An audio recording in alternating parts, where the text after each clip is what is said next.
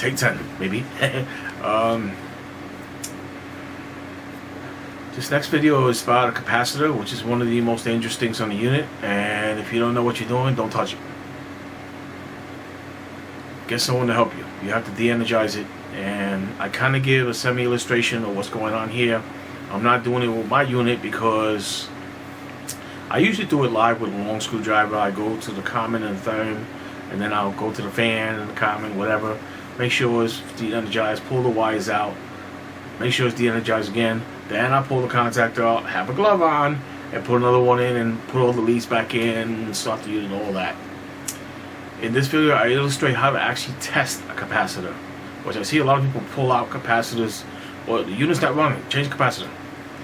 Not a lot of people, but at least people I've worked with before. I prefer to try to test the voltage first coming in. Make sure the unit upstairs is running. Make sure the thermostat is calling. Just recently I had to change the thermostat on the unit because I wasn't getting 24 volts going to the contactor, pulling it in, pulling the pin in, so I get voltage to the top. And there was no cover on the contactor, so I was able to push it in with a screwdriver with tape around it, so hopefully I didn't hit anything, I didn't arc anything, and the unit went right on. Then I tested 24 volts and I wasn't getting. Then I went upstairs to look at the thermostat, make sure it was calling. And I went back downstairs and looked at the 24 volt wire, which usually people put things on it. Dogs chew it, squirrels chew it, whatever. Things pull it apart. So I checked that. Everything looked clean. Went back upstairs. See, I was getting 24 volt to the thermostat. Changed the thermostat, unit went right on. Like, simple deduction. I said that the purple wire or one of the black wires might feed the fan. I should have tested the voltage while I was there in front of you guys to the brown wire, see if I was getting 110, 120 going to the fan. So, and I also said I wasn't sure, so I'm glad I said that. But this is how you learn things. You go as far as you can, then you realize, you know what, I just made a mistake. I gotta test that brown lead. Because I know I'm getting voltage coming, because the red one's going to the common, so I know I'm getting voltage coming out of the purple. Two black ones coming from the top of the contactor, I know I'm getting 120 coming out of there. So I should have tested that. This way I can say, yeah, this is how it works. So my mistake, but I'm glad I made a mistake. This way I can show you guys I'm not perfect and I'm not trained. I have some training, about 6 years hands-on. Not book-wise, not in school, not 2 years of college. Where these guys go for residential and commercial. Okay, not to make the video too long because it's already too long. I illustrate kind of how it works before I discussed it. Now I kind of show you with a meter. Use gloves and a meter. If you're unsure what you're doing, this is very dangerous stuff to deal with. Get qualified help to deal with. But if you work on automobiles, if you work on electronics and you know how to use a meter and you're careful, use gloves. In case you arc something, you don't arc yourself, and you don't get the current or amperage to go through you, and you don't have an issue. You might as well ruin the screwdriver, ruin your tester, ruin the contactor, capacitor, arc something, a wire to the housing on the condenser unit outside, but not hurt yourself. That's why I like gloves so much. A lot of professionals or trained techs do not use gloves, and that's on them. For me, I know better. I know better than to respect electricity. I see too many people disrespect it, and that's when things can happen. Okay, so be cautious. Hope you guys enjoy the video. Any questions, just ask. And making these little mistakes helps me get better as time goes by. And at least I tell everybody I'm not a trained technician. Okay, I'm not a trained HVAC technician. I'm a service manager, superintendent, building superintendent, super. From up north, New York, Brooklyn, Queens, New York City, Manhattan, Jersey. Okay, several years, and now down here in Virginia, almost 7 years. Okay, hope you guys enjoyed the video, and I'll see you guys in the next one. Bye. Okay, it seems I wasn't recording, so I gotta make this part all over again. Happens. Gotta be careful with these. You see screws missing off the unit. Different places because they dropped one of these in the ground. This is a good one. probably a 13C of the color looking at it. Definitely R410A. I'm only trained on R410A and R22. Some people would say that's enough, but I'm not even an HVAC technician. I'm basically a maintenance supervisor. Unit's off right now. Oh, well, it's not really off. The 24 volt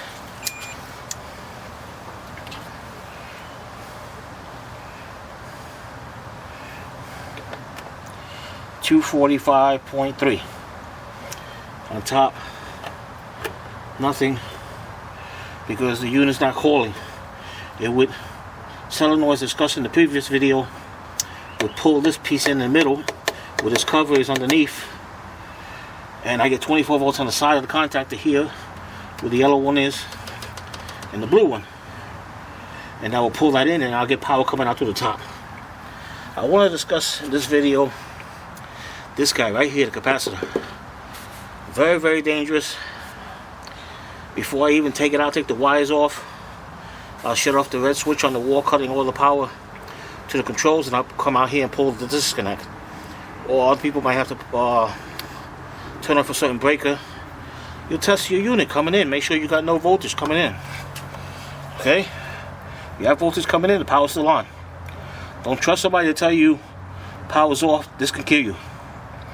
Okay? This is not a joke, high voltage. You make sure you use your meter. If you don't have one, you get one, you learn how to use one. A digital meter, not an analog. This one is plus minus 2 to 3% incorrect, so this one is a very good one. Okay? Alright. The power comes from the red one on top here, going to the common, comes out the blue, and then the third one, the yellow. The brown one is for the fan. It actually will say fan on there. You'll see the word therm. On one side, you see the letter C, on the other side, where the purple and the red is at. Okay, you can see the top of the contactor here. And the other black one probably goes to, you have two black ones. One probably goes to the fan, and one probably goes to, the fan should need 240. So one probably goes to the, this one might go to the fan, and these two might go to the compressor, but I don't know that. I'm just looking at it. This is one coming out, so the fan only needs 110. Then that's a simple deduction, but I'm not sure I'm correct about that. Hope I discussed the 24 volts here that it calls, and it's not calling yet. I did discuss that in my previous video. Excuse me. If you guys want to take a look at that, maybe if the unit might go on, or I could go upstairs and put it on, but that would take some time. So I'll let it go for now. You got a general illustration, illustration, basic illustration. So if you're not good with one of these, you don't have a pair of gloves on, don't touch the unit, okay? You're asking for trouble. Or at least get somebody to help you that knows what he's doing so he can show you. There's no shame in wearing gloves. It's actually a very smart thing. We don't work on these at night or when it's raining because it's too dangerous. I could be sweating.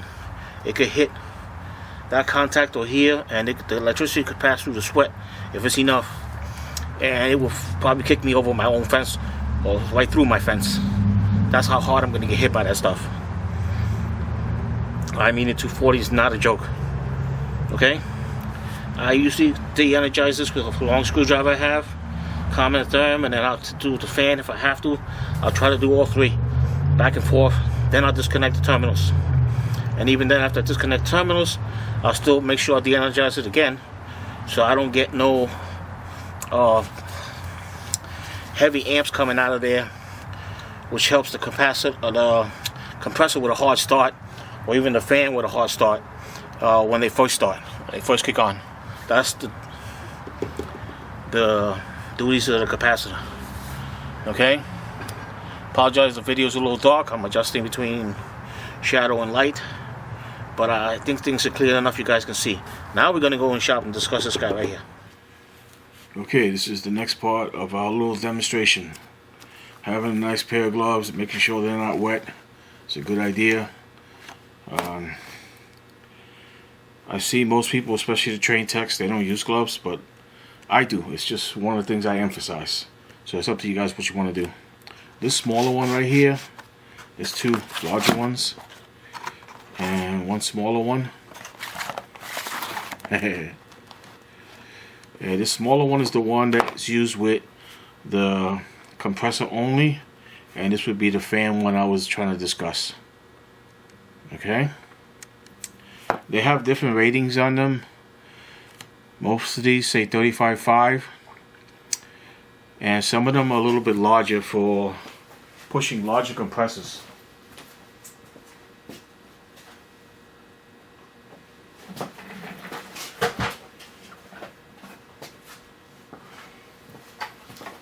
Something like that one. Okay, this is 45.5. Okay, so this is for higher voltage. Okay, 440 or 370. Some of them come specific, either 440 or 370, but this one is nice because I can do both. Okay, and compared to the larger one, you get a comparison to the size. Okay. Now we're going to take them out of the box and we start testing some of these and see what kind of readings we get, okay?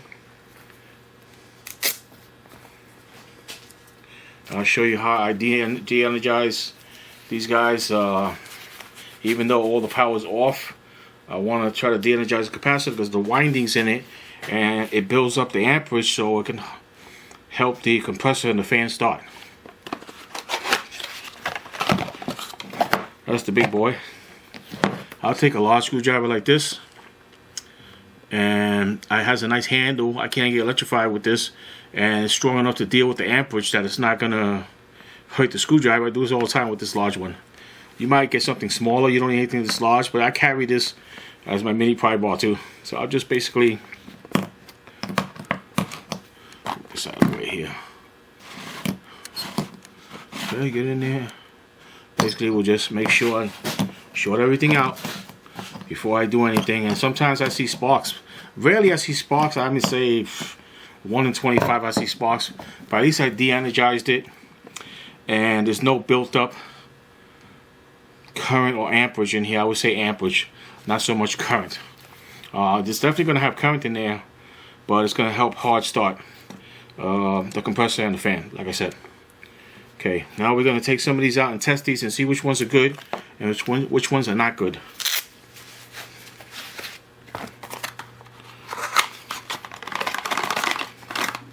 As long as you ain't touching the leads, you should be fine.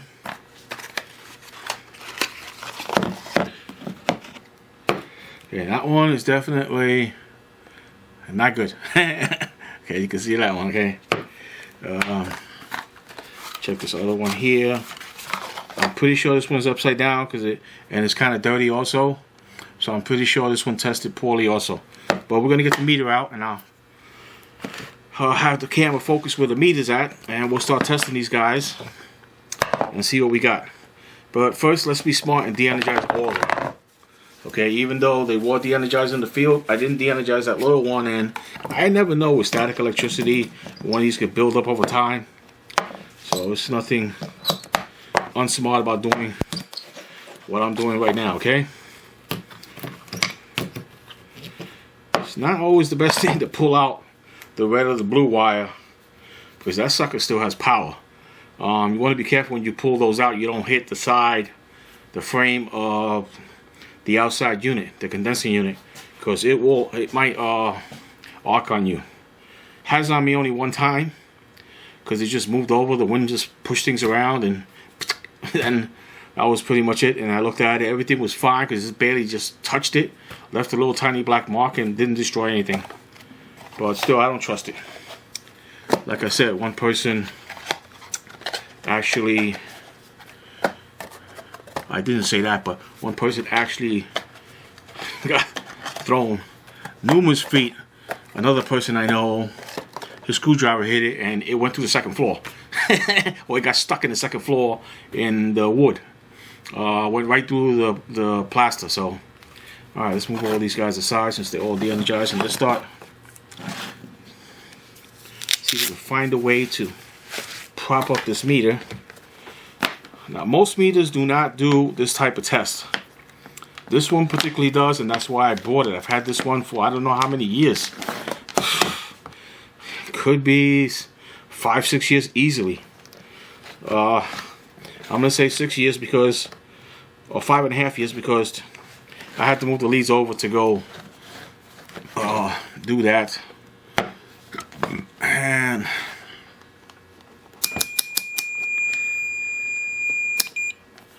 okay, there is the reading on that, where have to set my meter to test these guys. Okay, there's a light here, so that should help me show you. This is a 35.5. If it reads anything underneath that, it's garbage. And I mean by the smallest amount. I don't necessarily mean by the largest amount so much. Okay. It's testing right now. And I can't even see what I got. I got 29.56. This one is garbage. We're going to get to a good one in a second, alright? And what is that 5 therm? There's the 4 point. And that one's no good either. Okay, so this capacitor is totally garbage. This one doesn't look that good either. So I might have to pull one out of the box.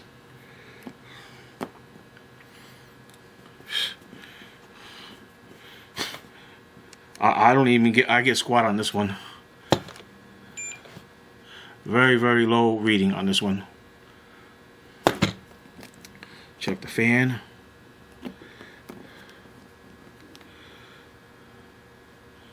Okay, check the therm. Yeah, this one is very low all the way around. This one is no good either. Okay, let's test one that's good. This one just came out of the box. This one said it's 45 instead of 35. So I should get a good reading on this one. 44.69. Okay, so that should be sufficient. If it drops before 44, I could be having issues. Well, my meter, like I said, is 2 to 3% off one way down. This is a very delicate reading on here. So this one's good. I'm going to test one last thing here. And I get 4.9 on the fan to the common. So the windings on here are actually good, especially with that 2 to 3% discrepancy. Okay, there's meters out here that are better, but they cost a lot more. The professionals use. Alright, I'm not quite a professional, especially trained in this stuff. Okay, this is the good one here. This one should be 35.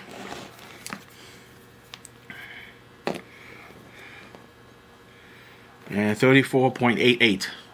There's that 0.2 to 0.2, actually 2 to 3% off. Okay. This one should also be good, and it says 5. This is for the fan, so this one should be only 5 on here. 4.93. Okay. Hope you guys get those readings.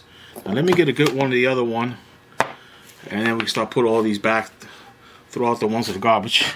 Put the other ones that are good back in the box.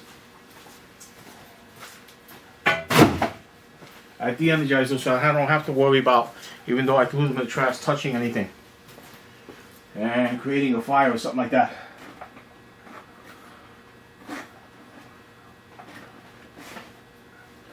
I'm gonna have to order more capacitors.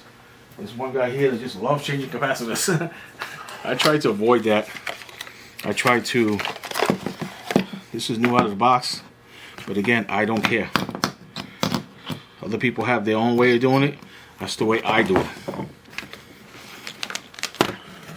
Okay, just give me a second here. Common.